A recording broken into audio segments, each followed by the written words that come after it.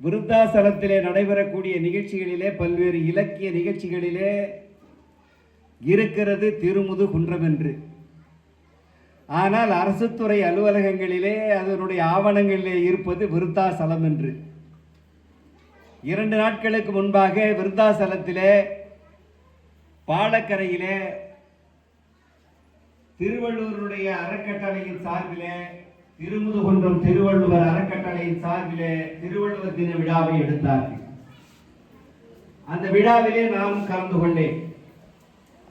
அந்த விழாவை எடுத்த போது அங்கேயும் ஒரு வழக்கறிஞர் சொன்னார், திருமுதுகுன்றம் என்று நாங்கள் பேசிக் கொண்டிருக்கிறோம், ஆனால் அந்த திருமுதுகுன்றம் என்கின்ற பெயர் ஆவணப்படுத்தப்படவில்லை, அது விருத்தாசலமாக இருந்து கொண்டிருக்கிறது. விருத்தாசலத்தை திருமுதுகுன்றம் என்று மாற்றி திருமுதுகுன்றம் மாவட்டம் என அறிவிக்க வேண்டும் என்று அந்த வழக்கறிஞர் அங்கே பேசினார்.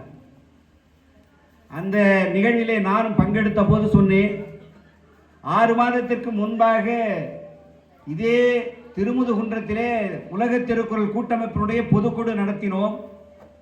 அந்த பொதுக்குழுவிலே ஒரு தீர்மானத்தை கொண்டு வந்தோம். அது முதல் தீர்மானம், கடலூர் மாவட்டத்தை 2ஆக பிரித்து விருத்தாசலத்தை தனி மாவட்டமாக அறிவிப்போம் என்று சொல்லி இன்றைக்கு ஆண்டு கொண்டிருக்கக்கூடிய திராவிட முன்னேற்ற கழகத்தினுடைய ஆட்சி அவர்களுடைய தேர்தல் அறிக்கையிலே கொடுத்திருந்தார்கள்.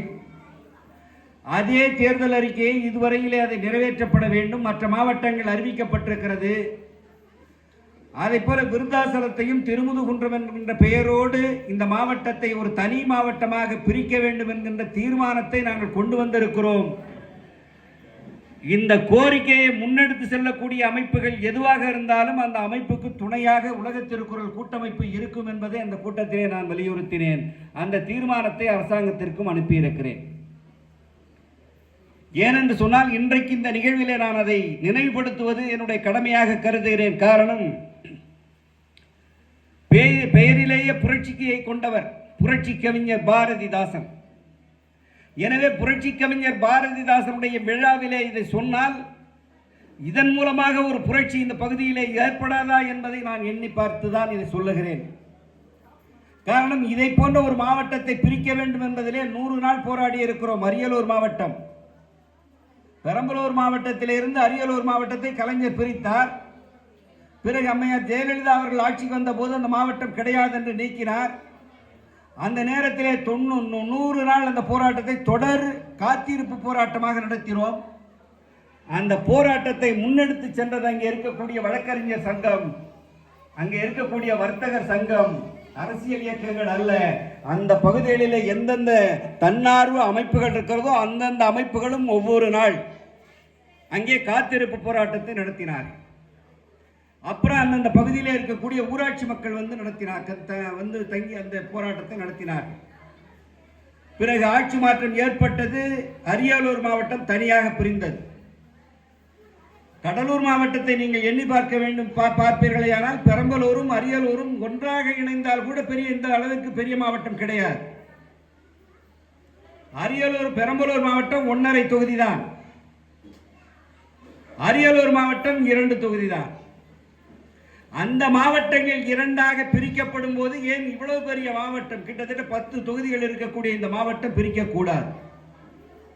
எனவே அதை முன்னெடுக்கக்கூடிய ஆர்வலர்கள் இங்கே கூடுதலாக வர வேண்டும் என்பதற்காக இல்லை என்று நான் சொல்லவில்லை. வர வேண்டும், முன்னுக்கு வர வேண்டும் என்பதை மட்டும் இந்த நேரத்தில் நான் தெரிவித்துக் கொள்கிறேன்.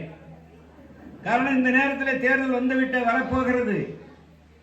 இன்றைக்கு இருக்கக்கூடியவர்கள் கூட, அதை ஆட்சியில் இருப்பவர்கள் கூட அறிவிக்கலாம், அரியலூர் விருத்தாசலம் திருமுதுகுன்றம் மாவட்டம் என்று அறிவிக்கலாம். ஆனால் அறிவித்த ஆணையோடு மட்டும் நின்று விட்டால் போதாது. அறிவித்து அரசாணையும் அறிவித்து போட்டு அதோடு அதற்கான தொகையையும் ஒதுக்கினால்தான் இந்த மாவட்டம் நிலைத்து நிற்கும். எனவே அந்த பணியை முன்னெடுப்பதற்கு வழக்கறிஞர்களாக இருக்கக்கூடிய நீங்களெல்லாம் இருக்கக்கூடிய சமூக அமைப்புகளை ஒன்றிணைத்து அந்த பணியினை செய்ய வேண்டும் என்கின்ற அந்த வலியுறுத்தலை இந்த நேரத்தில் தெரிவித்து, நம்முடைய புரட்சி கவிஞர் அவர்களை பற்றி நான் இங்கே உள்ளே வருகின்ற